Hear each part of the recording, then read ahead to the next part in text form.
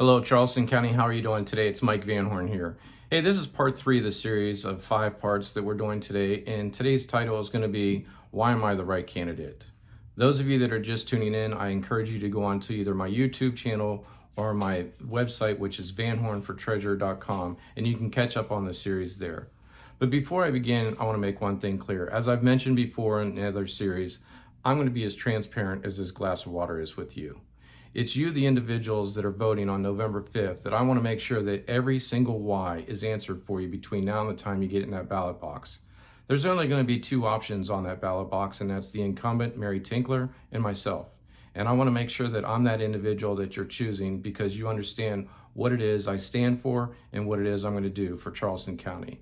So let's begin today as far as why am I the right candidate? Well, at the early age of 7 years old, I understood what the value of a dollar was. At an early age, I worked at a corner grocery store, sweeping and mopping floors daily to sit there and earn money, to sit there and pay for penny candy and also the football and baseball card collection that I have to this day.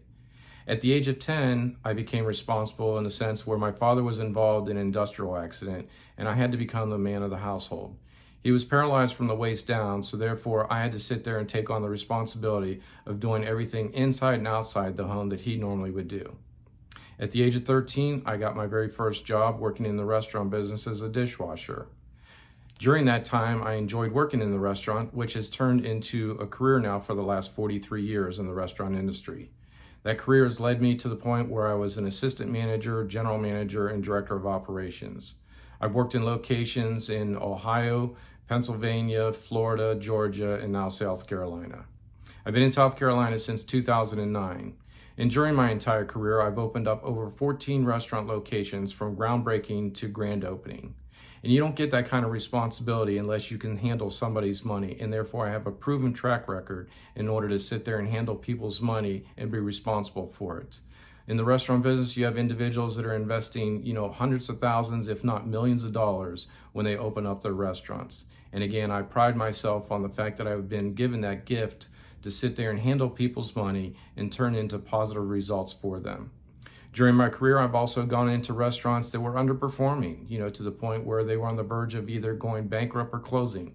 I've taken those restaurants and I've sat there and turned them around to be profitable restaurants. I've been coined as the individual that can sit there and squeeze blood out of a turnip, so to speak. When it comes to saving money, I know how to do that. I have the business acumen to sit there and surround myself with people that will get the job done, not only the most cost-effective way, but also the positive way to make sure that at the end of the day, we're making as much money as possible for, the restaurant owner or the business at that point in time. In this case, it's Charleston County. I want to sit there and go into Charleston County and I want to save you, the taxpayers, as much money as I possibly can.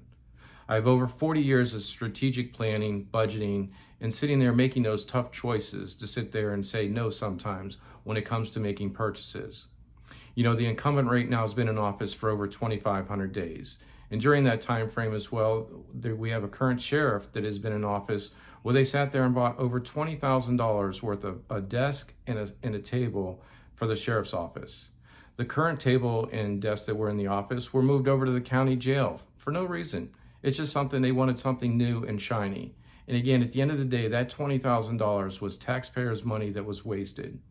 Right now, the sheriff is also looking for more funds to sit there and put brand new cameras in all the squad cars. Again, that's appropriated funds that could go for something else. We, the individuals in Charleston County, cannot continue to carry this burden of frivolous spending. We're being taxed left and right. I feel it, I know you feel it as individuals. And I want to be that person that goes into Charleston County on November 5th to sit there and make a change. I want to make the change where it's putting money in your pocket. And at the end of the day, I hope you'll sit there and take the time to find out who I am, what I stand for, and what it is I want to do for Charleston County. The current incumbent, her name is again Mary Tinkler. Her thing in 2016 when she was running was, she's not a talker, she's a doer. And I ask you to please go on the website and find anything that she's done to save you tax money from that time until the current day. I can't find anything. I will give her credit that she's helped taxpayers as far as your property tax, being able to break down your payments over the course of 5 payments, which is great. It helps individuals so you don't have to make that one lump sum. But at the end of the day, I don't see anything that she's done to make that change. So I'm asking for your support. Again, it's time for change in Charleston County. And I'm the sensible choice. I want you to make that decision between now and November 5th. We'll come to, in a couple other series as well to discuss, the last things as far as why you should vote for me, and then the final one, how you can get involved. But I thank you for your time today. And again, please go onto my website, check out more information. If you'd like to donate, you may do so there as well. And if you'd like to reach out to me directly, you can do so on my cell phone, which is 843-870-8697. Thank you and have a great day. I'll talk to you soon.